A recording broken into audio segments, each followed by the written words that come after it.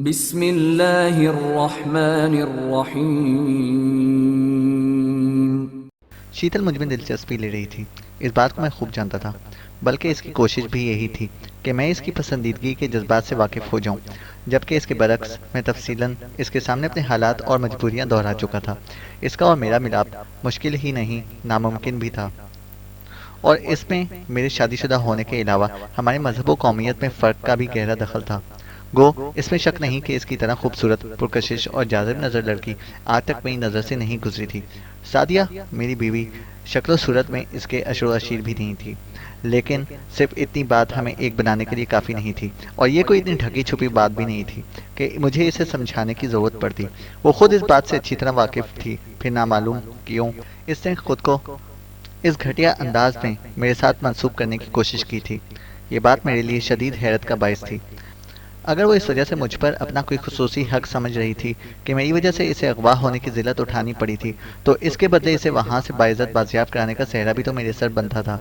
और जहाँ तक ताल्लुक था मेरे वादे का कि इसे इसके वालिद के पास पहुँचाऊँगा, तो ठाकुर के ज़रिए मैं अपना वादा ही पूरा कर रहा था। ज़रूरी तो नहीं था कि मैं बनफ्से नफीस इसे इसके वालिद के हवाले करता। इतनी सी बात पर इसे सीखपा होने की क्या ज़रूरत थी। और बिलफर्ज मेरी जुदाई की खबर इसके लिए शाक साबित हुई थी, और वो ठाकुर के साथ अकेले नहीं जाना चाहती थी और मेरे साथ रहने पर ही बजिद थी, तो इसका इजहार वो बरमलाब भी मेरे सामने कर सकती थी। इसके लिए इसे मेरी ज़ात पर इल्ज़ामात थोपने की क्या ज़रूरत थी, और इल्ज़ामात भी ऐसे कि मुझसे ज़्यादा इसकी अपनी ज़ात इनसे मुतासिर हो रही थी।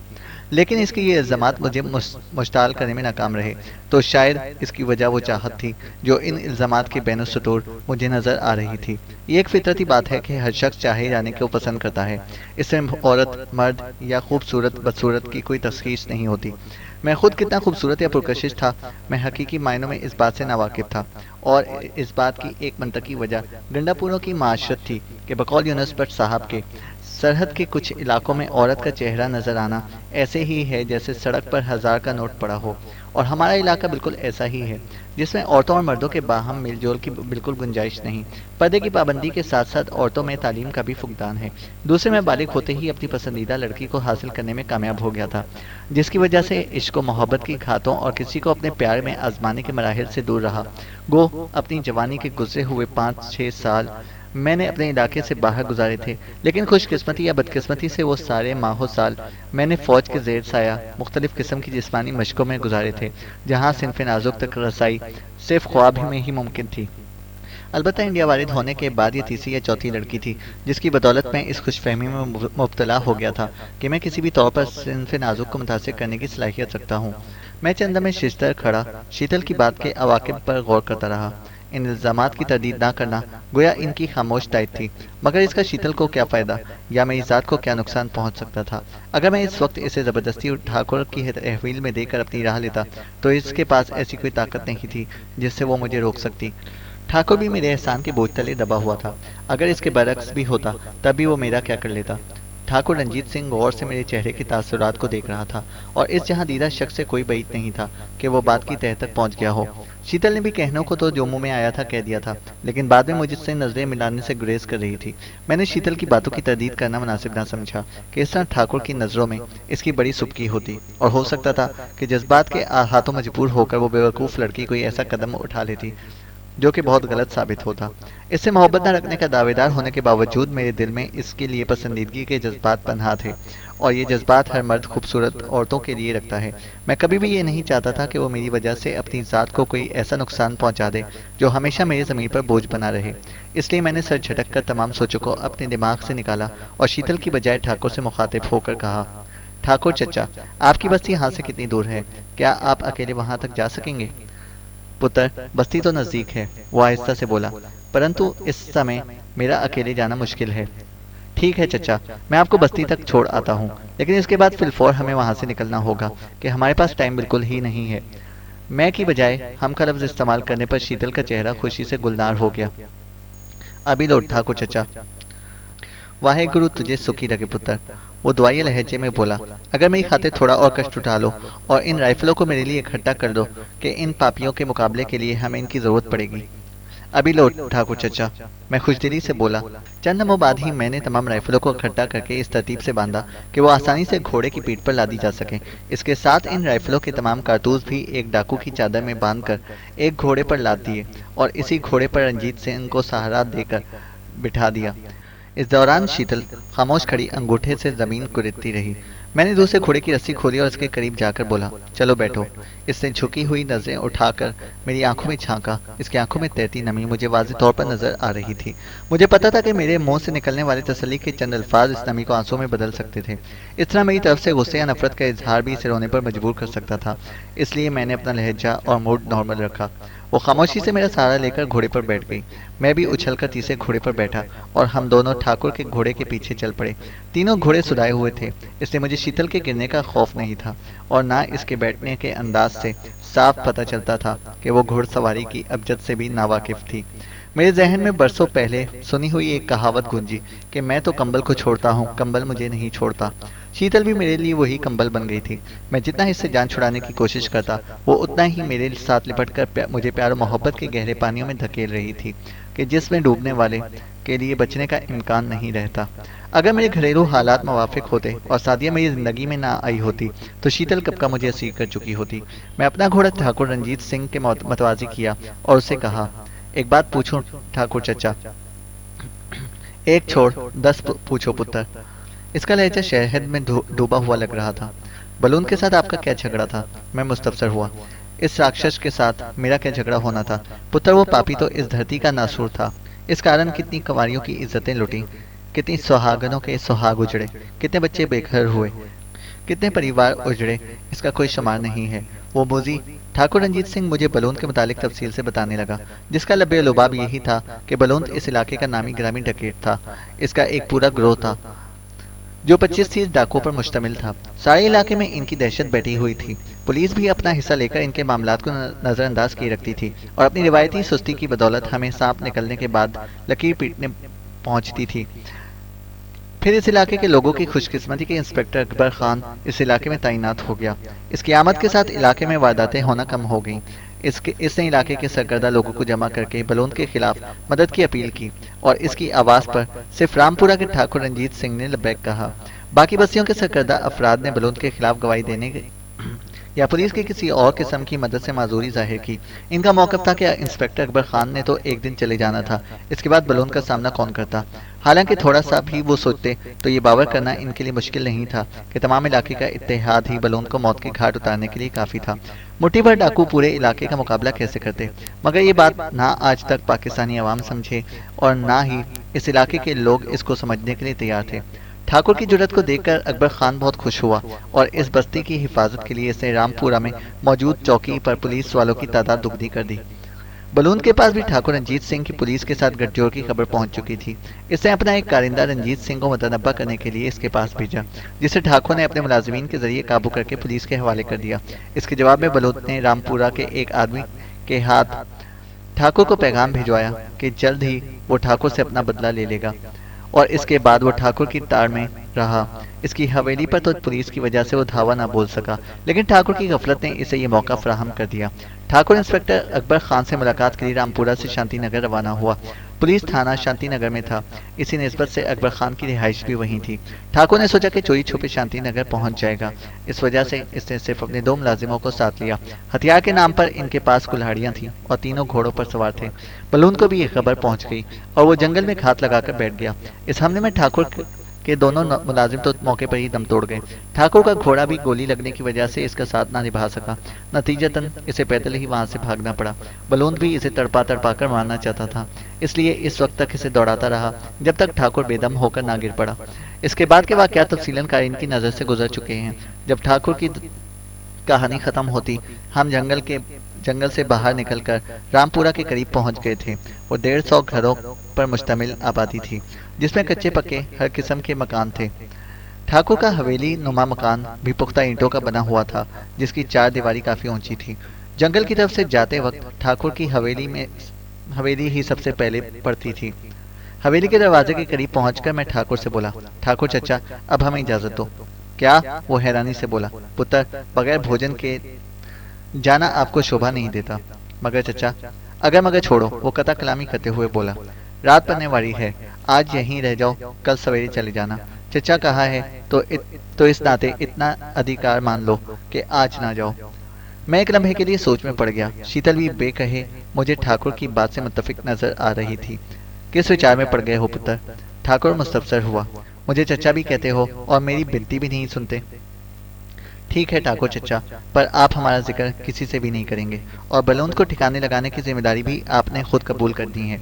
अलबत्ता हमारे जाने के बाद बेशक आप तमाम लोगों को हमारे मुतालिक बता सकते हैं। ठीक है पुत्र, पर अभी अंदर तो चलो। ठाकुर ने हवेली के दरवाजे पर दस्तक देते हुए कहा। क्या शाम तक इधर ही खड़े रहेंगे?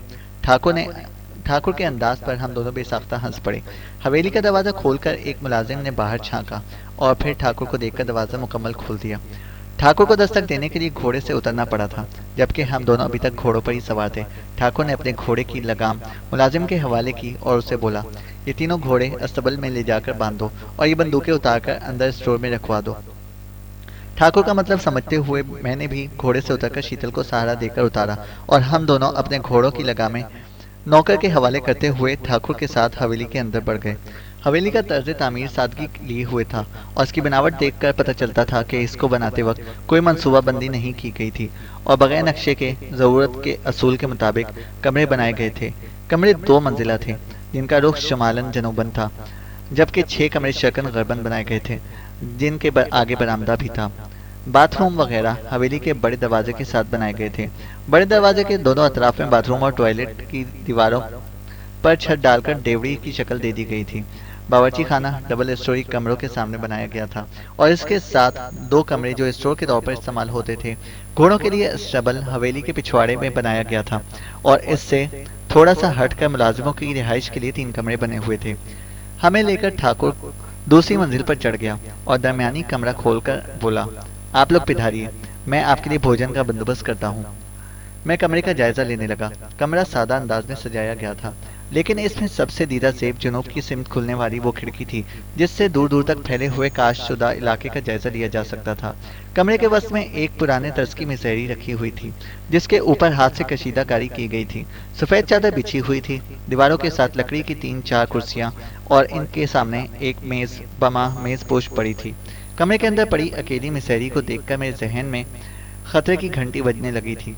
शीतल के बकौल ठाकुर ने हमें शायद शादीशुदा समझकर इस कमरे का इंतखाब किया था, जो बिला शक व शुबा नए शादीशुदा जोड़े के लिए एक आइडियल कमरा समझा जा सकता था।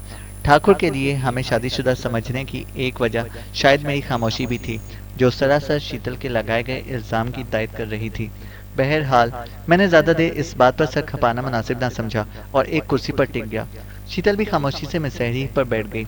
वो अभी तक मुझसे बात करने और मेरे साथ नज़रें मिलाने से ग्रेस कर रही थी। मैंने भी बिला वजह इसे छेड़ना मुनासिब ना समझा और अगले दिन के लिए अपना लाया अमल सोचने लगा। इलाके की मुनासबत से मालूमात मुझे ठाकुर रंजीत सिंह से मिल जानी थी। सवारी के लिए बलून्स वाले घोड़े मौजूद थे। वो हमें किसी भी ऐसी जगह पहुंचा सकते थे जहां से हमें मुंबई के लिए गाड़ी मिल जाती। बम्बई पहुंचने से पहले मुझे शीतल से जान छुड़ानी थी और इसका बेहतरीन हल यही था कि मैं दिल्ली वापस जाकर इसे इसके वालिद के हवाले करता। मगर इसका सबसे बड़ा नुकसान ये था कि दिल्ली में मेरे लिए कदम कदम पर इंडियन खुफिया एजेंसियों का जाल बिछा हुआ था, जिसकी जद से बचकर निकलना नामुमकिन तो नहीं, मुश्किल तरीन ज़रूर था। मेरे अंदाजे के मुताबिक दिल्ली के बरक्स दूसरे शहरों में इनकी तलाश में वो शिद्दत और तंदही नहीं पाई जा रही होगी और इसकी वजह एक मंता की वजह यही थी कि वो मेरे दिल्ली से फरार से लायन थे।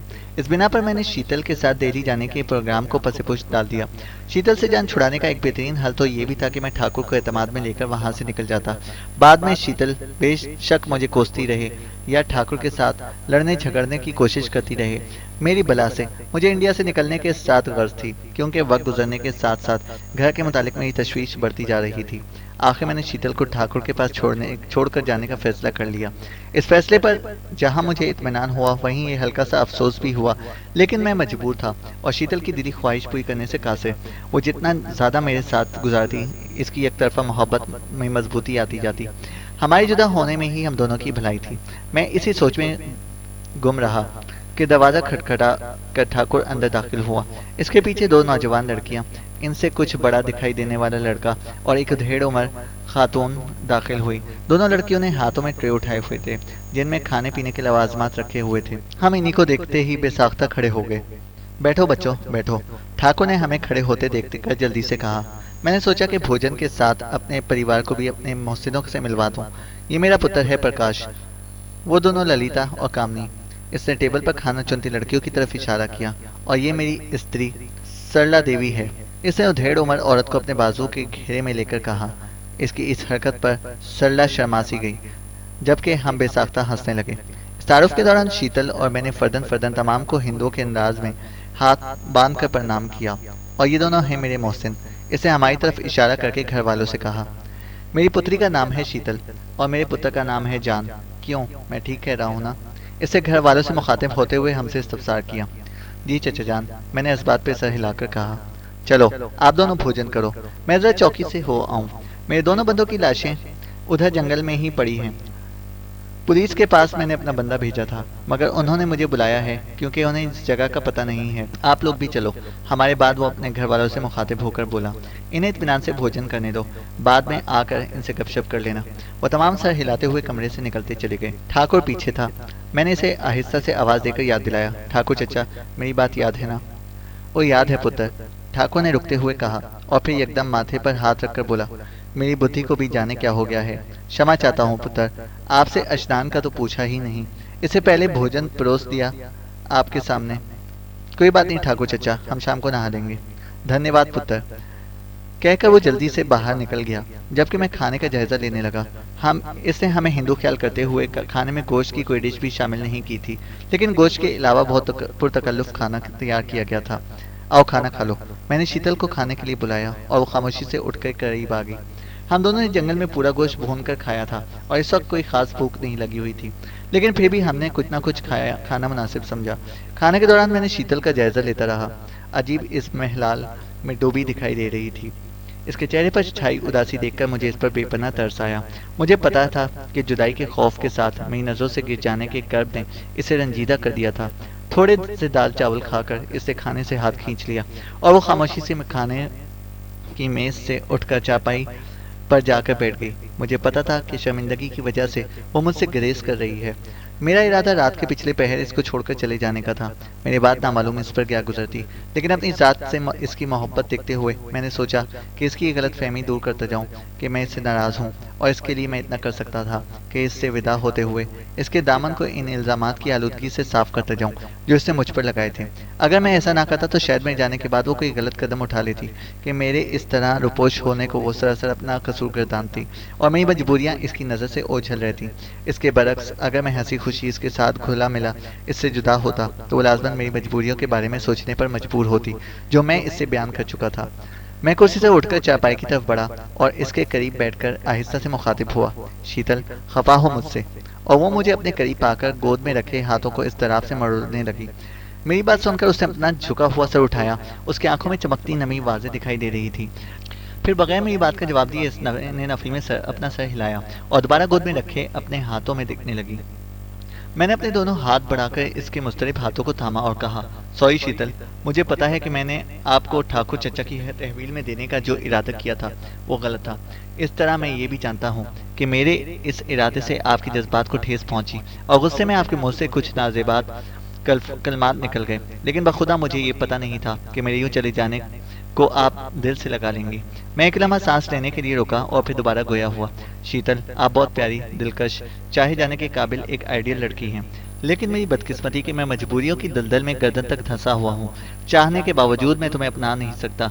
तेरे मेरे मिलन के दरमियान जो रुकावटें हैं इनसे तो खुद भी तू अच्छी तरह वाकिफ़ है, इसलिए तेरे और मेरे लिए यही बेहतर है कि जितनी जल्दी हो सके अपनी अपनी राह लें। बात के रोने से अभी का अफसोस बेहतर है। वो खामोशी से सर झुकाए मेरी बातें सुनती रही और जैसे ही मेरी बात खत्म हुई इसने झुका हुआ सर उठाया। इसकी आंखें आंसुओं से तर थीं। अपने हाथ आहिस्तगी से मेरे हाथों से छुड़ाकर इसने प्रणाम के अंदाज में बांधे और गुलगीर आवाज़ में बोली, साहब, आप मेहमान हैं, मुझे कोई अधिकार नहीं कि आपकी ज़ात पर इतने घटिया इल्ज़ामात धरती, लेकिन मुझे इस समझ कुछ नहीं आई और मैं वो कुछ बोल गई जो मुझे बिल्कुल शोभा नहीं देता था। मैं क्षमा प्लीज शीतल, मैंने कतक कलामी करते हुए उसके होठों पर हाथ रख दिए। मैं आपसे बिल्कुल खफा नहीं हूँ। बस तुम रो मत, और जो कुछ हो गया है इसे भूल जाओ। समझो हमारे दरमियान ऐसी कोई बात हुई ही नहीं। वैसे मैं आप पर बोझ बन गई हूँ ना? वो आंसू साफ करते हुए दुखी लहजे में बोली। इससे पहले कि मैं कोई जवाब देता, दरवाजे पर दस्तक हुई। आ जाओ, मैं बा आवाज बुलंद बोला। दरवाजा खोलकर एक मुलाजिम अंदर दाखिल हुआ और खामोशी से खाने के बर्तन समेटकर बाहर चला गया। आप मुझ पर बिल्कुल बोझ नहीं हैं। मुलाजिम के कमरे से निकलते ही मैं बोला। लेकिन आखिर कब तक हम इकट्ठे रह सकते हैं? इंडिया से जल्द निकलना मेरी मजबूरी है। इसमें जितनी देर हो जाती, मेरी परेशानियों में इजाफा होता जाएगा। तेरा साथ कितना ही प्यारा और सुहाना सही है तो आर्जी ना। इसलिए मैं चाहता हूँ कि कल बिछड़ने से बेहतर यही है कि हम आज ही अलहदा हो जाएं। और दूसरी बात, मैं एक लहज के लिए रुका और फिर गोया हुआ। इंडिया से निकलने के लिए मुझे 2 नंबर यानी गुंडा टाइप लोगों से रवाबित कायम करने पड़ेंगे, और तेरी शक्ल सूरत ऐसी है कि वो मुझे इंडिया से बाहर भेजने की बजाय दुनिया से ही निकालने पर तैयार हो जाएंगे। ये रवाबित आपने बम्बई जाकर बढ़ाने हैं। वहां तक तो आपके साथ जा सकती हो ना? इसके बाद इसने बात अधूरी छोड़कर जख्मी नजरों से मुझे देखा और सर झुका लिया। शीतल, तुम्हें एक से बढ़कर एक अच्छा, हैंडसम, तेरा हम मजहब और प्यार करने वाला रिश्ता मिल सकता है, पर मुझे तो उमर जान चाहिए ना। वो जैसे फट पड़ी। मैंने अफसोस भरी नजरों से उसे देखा और अपने सर को नफी में हिलाते हुए आहिस्ता से बोला, नामुमकिन। नामुमकिन क्यों? वो चीख पड़ी। मैं अपना धर्म बदलूंगी। मैं शादीशुदा हूँ। तुम्हारे मजहब में एक से ज्यादा बीवियां रखने की इजाजत है। वो हठधर्मी से बोली। शीतल, पागल मत बनो। मैं जज होते हुए बोला। हमारे यहाँ शादियां इस तरह नहीं होती। एक तुझे अपनाकर मुझे अपनी सारी बरादरी से अलहदा होना पड़ेगा। मेरी बीवी मेरे चचा की बेटी है। चचा भी ऐसा जिससे हमें बाप बनकर पाला। इसकी मर्जी के बगैर मैं इतना बड़ा कदम कैसे उठा सकता हूँ? तुम मुझे अपने साथ पाकिस्तान ले जाओ। मैं तेरे पूरे परिवार को राजी कर लूंगी। शीतल प्लीज। मैं दोनों हाथों से अपना सर पकड़ते हुए बोला। अच्छा, मुझे एक वचन दो। वो गोया मुझ पर तरस खाते हुए बोली। क्या? बंबई तक मुझे साथ ले जाओगे? इसके बाद आपकी मर्जी, चाहे मुझे साथ ले जाना, चाहे। इससे बात अधूरी छोड़ी। मुझे पता था कि वो बंबई तक मुझे अपने हक में हमवार करने की पूरी कोशिश करेगी। इसे बताए बगैर मैं इसे ठाकुर के पास छोड़ने का फैसला पहले ही से कर चुका था। इस वक्त वादा करने के बाद मैं इस वक्त वादा करने के बाद में मुझे वादा खिलाफ बदलना पड़ता। इसलिए मैं डिप्लोमेट अंदाज में बोला, अच्छा मैं कोशिश करूंगा कि तुझे वहां तक साथ ले जाऊं। कोशिश नहीं, वो जिद्दी लहजे में बोली। पक्का वचन दो। नहीं, पक्का वादा नहीं कर सकता। मेरा जवाब नफी में था। हो सकता है हालात हमें बम्बई से पहले जुदा कर दें, मगर तुम जानबूझकर। अचानक दरवाजे पर दस्तक हुई और इसकी बात अधूरी रह गई। आ जाओ, मैं दरवाजे की तरफ देखते हुए बोला। दरवाजा खोलकर ठाकुर की बीवी और तीनों बच्चे अंदर दाखिल हुए। सबसे छोटी नजर आने वाली बच्ची ने हाथों में ट्रे उठाई हुई थी, जिसके अंदर चाय के बर्तन रखे हुए थे। हम उन्हें देखकर एहतरामन खड़े हो गए। बैठो बच्चों। ठाकुराइन हमारे करीब आकर हमारे सरों पर हाथ रखते हुए बोली। असल में इनके बापू को थाने गए हुए काफी देर हो गई है। खबर नहीं किस टाइम लौटे। वो कह रहा था आप लोगों ने कल चले जाना है। मैंने सोचा थोड़ी गपशप भी कर ले और चाय भी पी लें। मेहरबानी आंटी, मैं पुरखुलूस लहजे में बोला। मेहरबानी तो आप लोगों की ने की है पुत्र, ठाकुराइन गलोगीर होते हुए बोली। ये तो हमारा फर्ज था आंटी, मैंने इस मौके पर कहा जाने वाला फिक्रा दोहराया। ठाकुर चचा की जगह कोई और भी होता तब भी हम यही करते। इसी वक्त ठाकुर की छोटी बेटी ने हमें चाय के कप पकड़ा दिए। ठाकुर का बेटा तकरीबन मेरा हम उम्र था। वो चोर नजरों से बार बार शीतल की तरफ देख रहा था। वो कमबख्त थी ही इतनी खूबसूरत, और पुरकशिश के इसको देखकर मर्दों की मत मारी जाती थी। भैया, आप लोग चंद दिन के लिए रुक नहीं सकते? ठाकुर का बेटा मुखातिब मुझसे था, मगर इसकी नजरें हनूज शीतल की तरह मगर इसकी नजरें हनूज शीतल के पुरकशिश चेहरे का तवाफ कर रही थीं। सॉरी, मेरा सर नफी में हिला। हम चाहने के बावजूद नहीं रुक सकते। आज भी हम ठाकुर चचा के इसरार पर रुक गए थे, वरना निकल गए होते। ऐसी भी क्या तेजी है पुत्र? ठाकुराइन मुस्तफसर हुई। बस आंटी, कुछ मजबूरियां ऐसी होती हैं जो बताई नहीं जा सकती। अच्छा छोड़े भैया इन मजबूरियों को, ठाकुर की बड़ी बेटी शोखी से बोली। ये बताया आपने इतनी खूबसूरत दुल्हन कहाँ से ढूंढी? इसके रिमार्क्स पर शीतल का चेहरा शर्म से गुलनार हो गया। हाँ भैया, हमें भी बताओ, ठाकुर की दूसरी बेटी बोली। हमने भी अपने प्रकाश भैया के लिए ऐसी ही दुल्हन ढूंढनी है। अगर इतनी पसंद आ गई है तो यही रख लो, मैं मजाही अंदाज में बोला, और तमाम कहका लगाकर हंस पड़े, जबकि शीतल गुस्सीले अंदाज में मुझे घूरने लगी। इतना भी क्या गुस्सा भाभी? प्रकाश शीतल से गुस्सीले अंदाज पर चोट करता हुआ बोला। जान भैया, कौन सा तुम्हें सचमुच मेरे हवाले करने लगे हैं? ना ना पुत्र, ऐसा नहीं कहते, ठाकुराइन जल्दी से बोला। मैं तो वैसे ही मजाक कर रहा था, प्रकाश ने वजाहत की। क्यों, तेरा मेरा इस किस्म का मजाक है?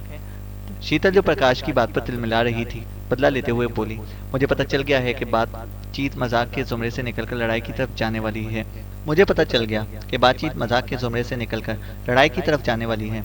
इसलिए प्रकाश के बोलने से पहले मैं ठाकुर की बेटियों से मुखातिब हुआ। आप दोनों में ललिता कौन सी है और कामनी कौन सी है? मैं कामनी हूँ भैया, ठाकुर की छोटी बेटी जल्दी से बोली। और मैं ललिता, बड़े वाली मुझे गहरी नजरों से देखते हुए आहिस्ता से बोली। ठाकुर की दोनों बेटियां माँ पर गई थीं। हल्की सांवली रंगत, लंबा कद, मोटी मोटी सया आंखें, मुनासिब जिस्म, किसी भी मर्द को आसानी से अपना असीर कर सकती थीं। लेकिन शीतल के सामने इनकी जाज़बियत बिल्कुल इसी तरह मान पड़ गई थी जिस तरह सूरज के सामने चिराग। हम दोनों पढ़ती हैं, ललिता ने कहा। यहाँ पर स्कूल है? मैं मुस्तफसर हुआ। नहीं, हम घर पर ही पढ़ती हैं और हर साल इम्तिहान देने के लिए चंद रोज के लिए शांति नगर अपनी मौसी के पास चली जाती हैं। और आप? मैं प्रकाश से मुखातिब हुआ। मैं इस साल कॉलेज से फारिग हुआ हूँ और अभी दिल्ली जाकर यूनिवर्सिटी में दाखिला लेना है। हम अभी इसी गुफ्तगू में मसरूफ थे कि ठाकुर रंजीत सिंह कमरे में दाखिल हुआ। क्षमा चाहता हूँ बच्चों, मुझे जरा देर हो गई, वो मेरे साथ बैठता हुआ बोला। क्या आप लोगों ने बलूंत और उसके साथियों की लाशें भी उठवाई हैं? मैं मुस्तफसर हुआ। नहीं पुत्र, उसने नफी में सर हिलाया। इनकी लाशें डाकू ले गए थे और धर्मों और गोबन की लाशों के साथ थानेदार साहब के लिए चिट्ठी छोड़ गए थे कि आजाद शांति नगर में अकबर खान थानेदार से अपने साथियों की मौत का बदला लिया जाएगा। चिट्ठी भेजने वाला बलूंत का भाई आनंद है, जो बलूंत की मौत के बाद इस गिरोह का सरदार बन गया है। इस बारे अकबर खान ने कुछ कहा है? वो तो मौके पर नहीं पहुंच सका था, रंजीत सिंह जवाबन बोला। अलबत्ता चिट्ठी इसके पास पहुंचा दी गई है और एहतियातन इसने रामपुरा की चौकी से इजाफी नफरी मंगवा ली है। आपने मेरे बारे में तो कुछ नहीं बताया। बताया था, क्योंकि इसके अलावा मेरे पास कोई चारा भी तो नहीं था। अलबत्ता आपकी बजाय मैंने 3 नौजवानों का जिक्र किया था जो दिल्ली से शिकार के सिलसिले में जंगल में आए हुए थे और मेरी सहायता करके चले गए। चलो, ये भी अच्छा हुआ, मैं इत्मीनान से बोला। भैया, आप पुलिस से क्यों छुपना चाहते हैं? कामनी मुझसे मुखातिब हुई। डाकुओं को मारकर आपने कोई गलत काम तो नहीं किया है कि पुलिस से छुपते फिरें? गुड़िया, मैं खुद पुलिस को मतलूब हूँ, वो बजाय इनाम देने के मुझे हवालात में बंद करने की दिलचस्पी लेंगे। आप किस सिलसिले में पुलिस को मतलूब हैं? प्रकाश मुस्तफसर हुआ। बस भाई, घरेलू परेशानियां इंसान को मुजरिम बनने पर मजबूर कर देती हैं। मैंने गोल बोल जवाब दिया। इस वक्त एक मुलाजिम दरवाज़ा खटखटाकर अंदर दाखिल हुआ और बोला, ठाकुर जी, खाना तैयार है, इधर ही ले आओ। ठाकुर जी, खाना तैयार है, इधर ही ले आओ या नीचे कमरे में लगा दूं?